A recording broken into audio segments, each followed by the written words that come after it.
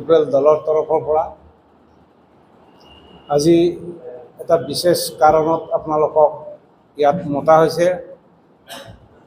ইয়াৰ কাৰণটো হ'ল যে আমাৰ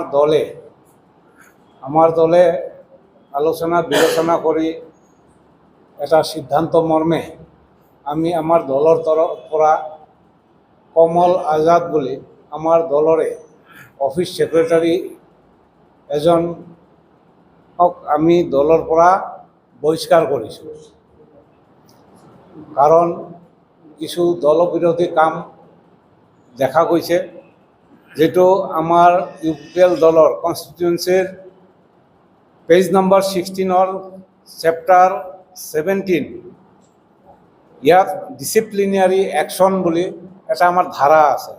তাত page number 17 article 16 1 number carrying any propaganda against any programme or decision of the party. এই আমাৰ পাৰ্টিৰ এগেইনষ্টত কিছুমান প্ৰপোগাণ্ডা যে দিছিল, সেইটোৰ ওপৰত বেছ কৰি আমাৰ দলীয় নেতাসকলে আলোচনা বিলোচনা কৰি তেওঁক দলৰ পৰা বহিষ্কাৰ কৰাৰ সিদ্ধান্ত মৰ্মে তেওঁক দলৰ পৰা বহিষ্কাৰ কৰা হৈছে।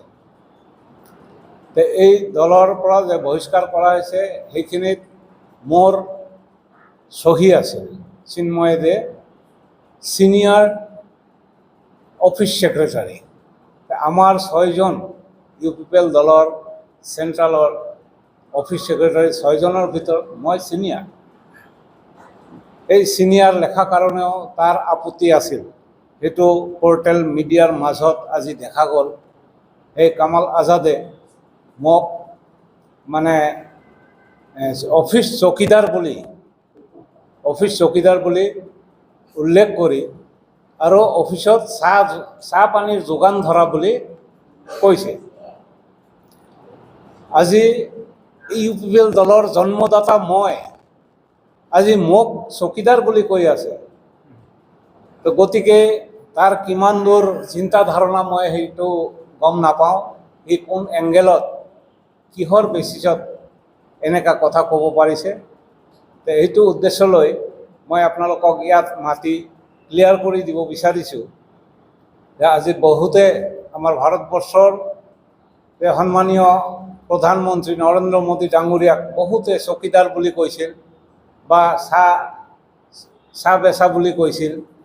তাত কিন্তু তাৰ একো 1 ইঞ্চিও মানে লছ হোৱা নাই, সন্মানত কোনো লছ হোৱা নাই। তো গতিকে আজি কামাল আজাদ নিচিনা মানুহে যদি মোক এই ধৰণৰ এটা কথা ক'ব পাৰে, তাত মই ভাবোঁ যে মোৰ কোনো ক্ষতি নহ'ব। কাৰণ মই আজিৰ নহয়, মই ইউপিএল দলৰ ফাউণ্ডাৰে অকল নহয়, মই বহুত পুৰণা, মই উপেন্দ্ৰ আমোলৰ সুযোগ পোৱা একেলগত কাম কৰি অহা সেই তাহানি কালৰ পৰা মই আজিলৈকে ধৰি আছোঁ। গতিকে শ্ৰীৰামপুৰৰ পৰা শদিয়ালৈকে মোক নিচিনা মানুহ বহুত কমে আছে। চবে জানে মোৰ কেৰেক্টাৰ কি। আজি এই কামাল আজাদ ক'লেও মোৰ কোনো ক্ষতি নহয়। গতিকে তেওঁ যিটো আমাৰ সংবিধানৰ বাহিৰত কাম কৰিছে, যিটো পৰ্টেল মানে চব কথাই মানে এই পৰ্টেল মিডিয়াৰ মাজত দি এখেতে ওলাই দিয়ে, এই কিছুমান কথা ক'ব নোৱাৰা কথাবিলাকো কৈ থাকে। সেইকাৰণে আমাৰ দলীয় নেতৃত্বই ডিচিশ্যন লৈ পেলাই তেওঁক দলৰ পৰা বহিষ্কাৰ কৰিছে। আমাৰ দলৰ একো ক্ষতি নহয়, তেওঁ চেষ্টা কৰিলেও নোৱাৰিব। তেওঁ ক'লে যে হ'ব সেইটোও নহয়, তেওঁ যদি চেষ্টাও কৰে তথাপি নোৱাৰিব আমাৰ দলীয় ক্ষতি কৰিবৰ কাৰণে। আজি ইউপিএল দলৰ যিটো উত্থান, যিটো ৰাইজৰ মাজত যিটো প্ৰচাৰ হৈছে, ৰাইজৰ অন্তৰত যেনেকা মানে গাঁঠি লৈছে, গতিকে তেওঁৰ নিচিনা মানুহে আমাক কোনো ক্ষতি কৰিব নোৱাৰে আমাৰ দলৰ।